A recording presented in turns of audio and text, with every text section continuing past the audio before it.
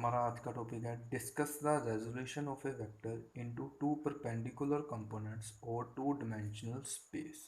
Topic start करने से पहले मैं आपके साथ डिस्कस करूंगा रेजोल्यूशन ऑफ ए वेक्टर। देखो, रेजोल्यूशन ऑफ ए वेक्टर क्या का मतलब है।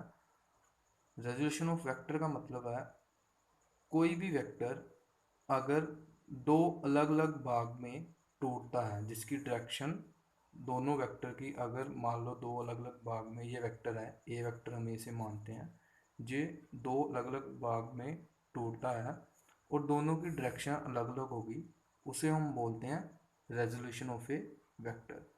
और जिन भाग में ये टूटा है, मान लो ये एक्स एक्सिस है, ये वाई एक्सिस है, जो वेक्टर स्प्लिट अप हुए हैं, इसका नाम हम रख देते हैं ए एक्स वैक्टर और इसका नाम रख देते हैं ए वाई वैक्टर। ये जो दोनों वेक्टर हैं ये हो गए कंपोनेंट वेक्टर्स। और अगर ये दोनों वेक्टर परपेंडिकुलर आपस में तो ये हो गए रेक्टेंगुलर कंपोनेंट वेक्टर्स। तो चलिए अब हम टॉपिक स्टार्ट करते हैं।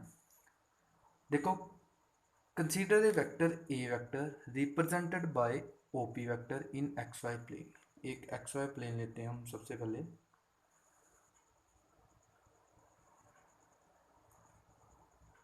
ये एक्स एक्सिस है हमारी, ये है वाई।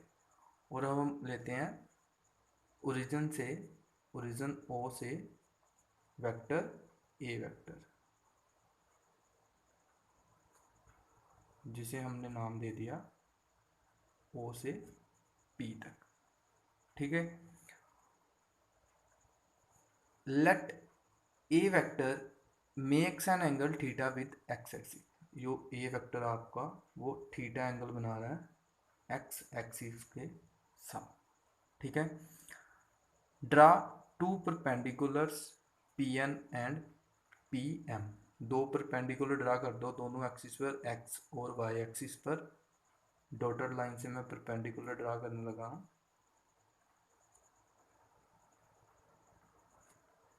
ठीक है, जिसे हमने नाम दे दिया पी एम और पी एन। ठीक है, ये दोनों एक्सिस पर हमने परपेंडिकुलर ड्रा किए हैं। नेक्स्ट देखिए, according to triangle law of vector addition. According to triangle law of vector addition. देखो, यहाँ पर हम triangle law of vector addition लगाएंगे। O P vector is equal to ओ1 vector plus N P vector. Triangle कौन सी लिया हमने? O P N. यहाँ पर हमने लगाया ट्रायंगल लॉ। देखो, इन दोनों की डायरेक्शन जो है वो सेम है और इसकी है ऑपोजिट डायरेक्शन, तभी जिनकी डायरेक्शन सेम है वो ऐड हो गए और जिनकी ऑपोजिट है वो इज इक्वल टू के दूसरी साइड पर आएगा। नेक्स्ट देखें, अगर हम कर दें N P vector is equal to O M vector, ये हम पुट कर दें यहाँ पर, तो इक्वेशन क्या बनेगी? और ओपी वेक्टर को हम क्या बोल रहे हैं? OP vector is equal to A vector. तो यहाँ पर क्या आ जाएगा? अब ये वैल्यू पुट कर दो ऊपर वाली इक्वेशन में। A vector is equal to ओ1 वेक्टर प्लस ओ1 वेक्टर। और अब हम मान रहे हैं ओम वेक्टर को, हम मान रहे हैं जो वेक्टर स्प्लिट अप हुआ है ए वेक्टर, उसे हम मान रहे हैं ए वाई वेक्टर, और ओ1 को मान रहे हैं ए एक्स वेक्टर। अब इन दोनों की वैल्यू पुट करो आप। A vector is equal to A X vector plus A Y vector. ठीक है। अब ए एक्स और ए वाई क्या है? रेक्टेंगुलर कंपोनेंट्स है ए वेक्टर की। ये दोनों है rectangular components of A vector. अब देखो ये दोनों हैं कंपोनेंट वेक्टर्स, तो इनकी डायरेक्शन भी होगी। ए एक्स वेक्टर की डायरेक्शन जो हम शो कर रहे हैं वो हम कर रहे हैं आई कैप से, और ए वाई वेक्टर की डायरेक्शन हम शो कर रहे हैं जे कैप से। ठीक है, ये दोनों हैं यूनिट वेक्टर। यूनिट वेक्टर किसी वेक्टर की डायरेक्शन शो करते हैं। ए एक्स वेक्टर डायरेक्शन शो कर, जिसकी हम डायरेक्शन शो करें आई कैप के साथ, और ए वाई की डायरेक्शन शो कर रहे हैं जे कैप के साथ। ठीक है, ये दोनों एक्सिस है। ए एक्स वेक्टर की जो डायरेक्शन शो कर रहे हैं हम, वो होगी अलोंग एक्स एक्सिस, और ए वाई वेक्टर की होगी अलोंग वाई एक्सिस। ठीक है, अब देखें, अगर इन दोनों वेक्टर को हम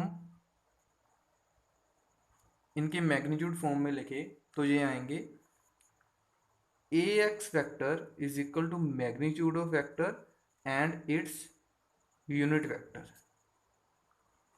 अगर किसी वेक्टर को हम उसके मैग्नीट्यूड फॉर्म में लिखें, A X vector is equal to its magnitude of A vector and its unit vector. Similarly A Y vector is equal to its magnitude ay and its unit vector. ठीक है, इसे हम दे देते हैं question number 1। ये दोनों value हम ऊपर वाली इक्वेशन में पुट करेंगे, पुट इन 1, और हमारे पास जो सोल्व कराएगा फ्रॉम 1 से, वो आएगा A vector is equal to A X I cap plus A Y J cap. ये आएगा हमारे साथ। ठीक है, सोल्व कर इसे हम मान लेंगे इक्वेशन नंबर 2। नेक्स्ट देखें, in triangle O P N, in triangle O P N, in triangle O P N, यहाँ पर देखें, और कोस थीटा हमारे पास क्या आएगा, देखो कोस थीटा क्या आएगा, बेस अपॉन हाइपोटेन्यूज। बेस क्या है इसमें, बेस हमारा आएगा ओ एन, और हाइपोटेन्यूज आएगी ओ पी। दोनों की वैल्यू पुट करें, ओ पी क्या है ए, और ओ एन क्या है ए एक्स। ठीक है, तो यहां से सोल्व कर, therefore A X is equal to A cos theta, इसे हम मान लेंगे क्वेश्चन नंबर 3। सिमिलरली अगर आपने साइन थीटा निकालना है तो sine theta is equal to perpendicular upon hypotenuse. Perpendicular क्या आएगा डायग्राम में, देखो P N upon O P. P N, देखो यहाँ पर एक चीज है, पी एन है यो डायग्राम में, देखो वो इक्वल टू किसके होगा, ओ एम की, और ओ एम को हमने किसके इक्वल माना, ए वाई के। ये वैल्यू हम पुट करेंगे पी एन की प्लेस पर। देखो पी एन की अब वैल्यू आएगी ए वाई अपॉन ओ पी की वैल्यू है ए। ठीक है, यहाँ से वैल्यू सोल्व हो जाएगी, therefore A Y is equal to sine A sine theta, इसे हम मान लेंगे 4। नेक्स्ट देखो, स्केयरिंग एंड एडिंग 3 एंड 4। ठीक है, स्केयरिंग और एडिंग करने के बाद आपके पास सोल्व कराएगा ए X square plus A Y square, और दोनों में से ए स्केयर कॉमन आएगा, कोस square theta plus sine square theta. ये आपका मैथमेटिकल फार्मूला है। इन दोनों की वैल्यू होती है, इस फार्मूले की वैल्यू होती है इज इक्वल टू 1। इस फार्मूले की वैल्यू हमारे पास cos square theta plus sine square theta is equal to 1। ये वैल्यू हम ऊपर वाली इक्वेशन में पुट करेंगे, और आपके पास आएगा सोल्व कर expression A square is equal to A X square equal to A Y square. इसे आप अगर सिंप्लीफाई करोगे तो आपके पास आएगा A is equal to square root of A X square plus A Y square. ये आपकी वैल्यू है मैग्नीट्यूड ऑफ ए वेक्टर।